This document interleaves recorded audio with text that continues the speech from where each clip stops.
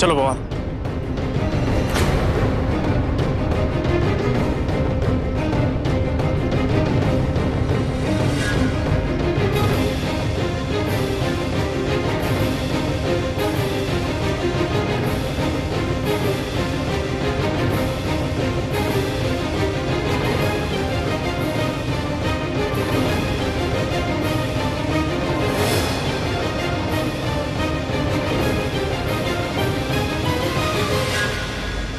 Inspector साहब। हाँ शमशेर मलिक। हाँ जी। वो ऋषभ कुंद्रा वाले केस में कुछ पूछताछ करनी है। लेकिन मलिक, मलिक क्यों? देखिए, हम परिवार के हर सदस्य से पूछताछ करेंगे। कोई क्लू मिल जाए या किसी खास दुश्मन के बारे में जानकारी मिल जाए। देखिए, आरके एक बहुत बड़ी हस्ती है और इंसान जितना ऊंचा पहुंचता है दुश्मन भी उतने ही बढ़ जाते हैं। वो क्या है कि आप लोग फिल्म लाइन से हैं, तो हमें लगा कि शायद आपको लगा कि हम फिल्म वाले हैं, तो बस हर पल हम आरके की दुनिया में रहते हैं या फिर उसे इस दुनिया से बाहर भेजने के प्लान्स बनाते रहते हैं, है ना? अब आरके है ही इतनी बड़ी हस्ती और इतने सालों से वो इस इंडस्ट्री में कर देता है, कह जाता है कुछ ऐसी बातें जो दिल को चुभ जाती है और दुश्मन खड़े हो जाते हैं। अब दोस्ती दुश्मनी में हम जैसे लोगों को टाइम लगता है, उसे किस बात का टाइम? देखिए इंस्पेक्टर साहब, हम इस स्टॉल में रहने वाले सभी लोगों को अच्छी तरह से जानते हैं। यहाँ ऐसा कोई दुश्मन नहीं है जो आरके को खत्म करने के बारे में सोचे। और अगर ऐसा कुछ हुआ भी, हमें कुछ पता भी चला, तो आप तक बात पहुंच जाएगी। ठीक है, चलो। एक मिनट इंस्पेक्टर साहब, अगर कातिल पकड़ा जाए तो उसे छोड़िएगा मत। आखिरकार हमारे और पूरी दुनिया के चहेते लाडले आरके पर हमला हुआ है। भरोसा रखिए, छोड़ेंगे नहीं। चलो।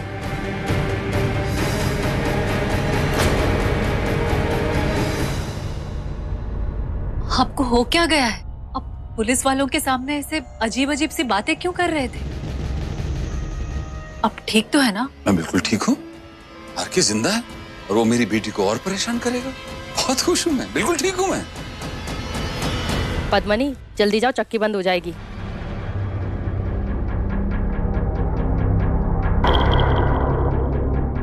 मैं बहुत खुश हूँ, बहुत ठीक हूँ मैं। मेरी बेटी आरके के पास है। बहुत ठीक हूँ मैं, बहुत खुश हूँ मैं।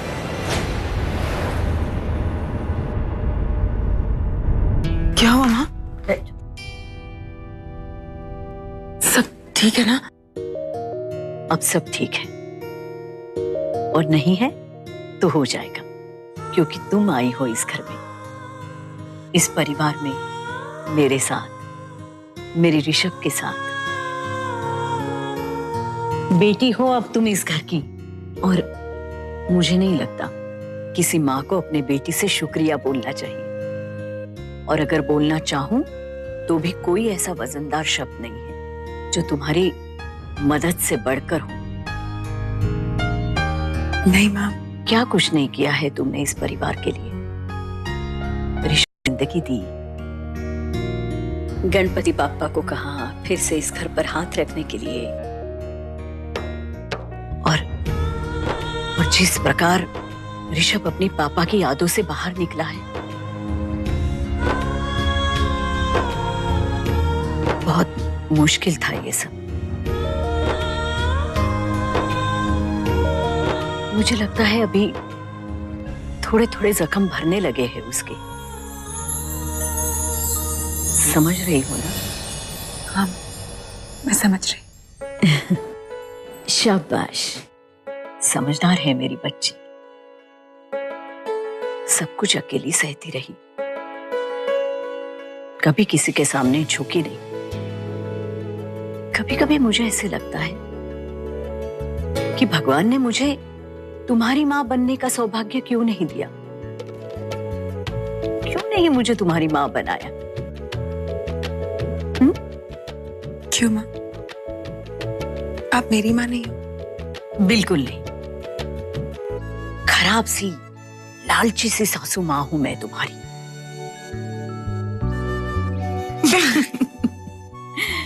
जो अब तुमसे मैं कुछ मांगने जा रही हूं। देखना, बहुत कुछ मांगूंगी मैं तुमसे।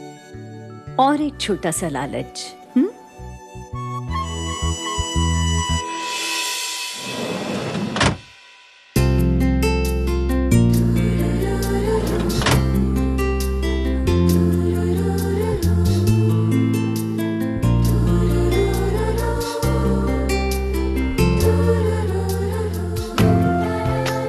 तुम्हारी सासू माँ चाहती है आज ये साड़ी तुम पहनो।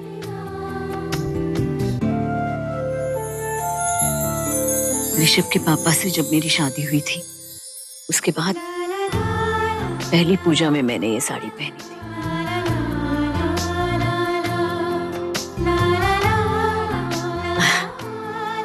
कितनी खूबसूरत है ना ये कढ़ाई।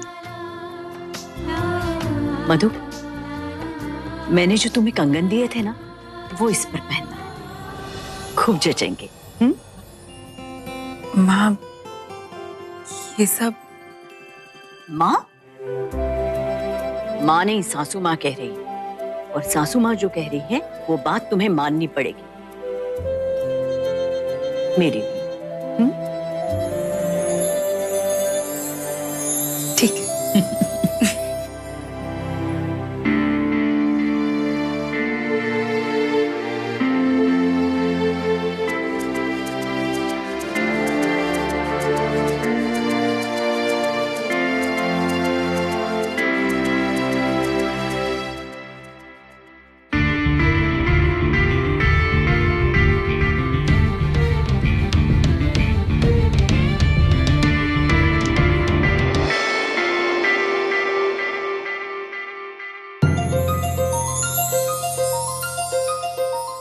दो, मैं खिलाती हूँ। मैं बच्चा नहीं हूं, खुद खा सकता।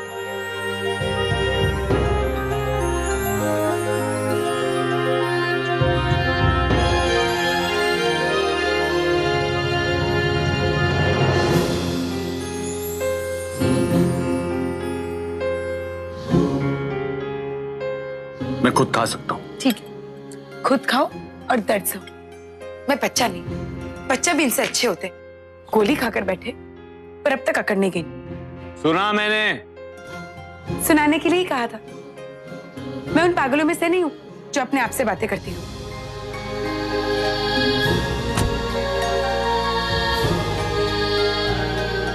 आगे हटो। क्या कर रही हो?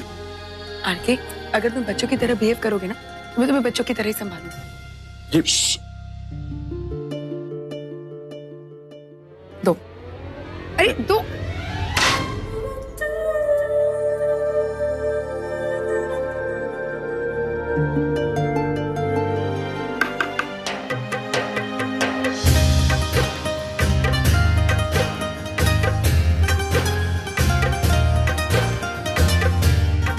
चलो।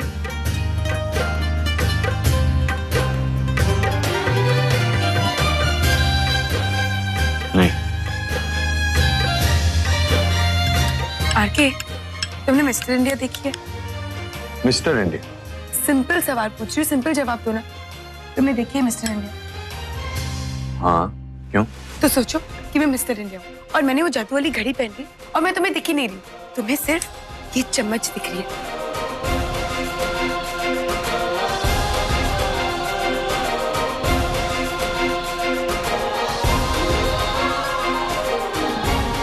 तुम और मिस्टर इंडिया?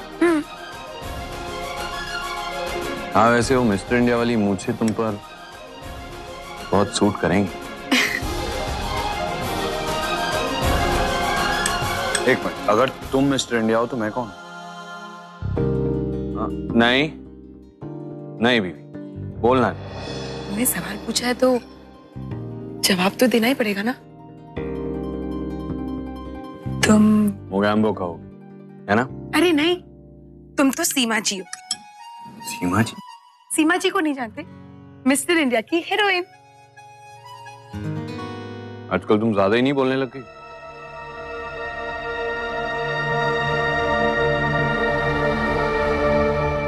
सीमा जी,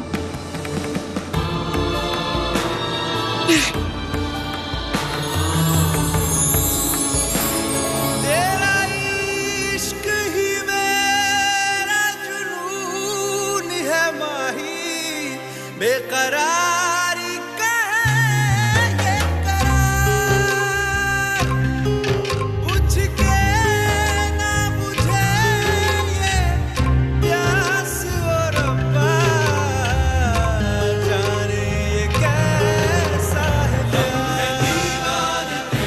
दीवाने हम है दीवाने, तेरे दीवाने हम है दीवाने।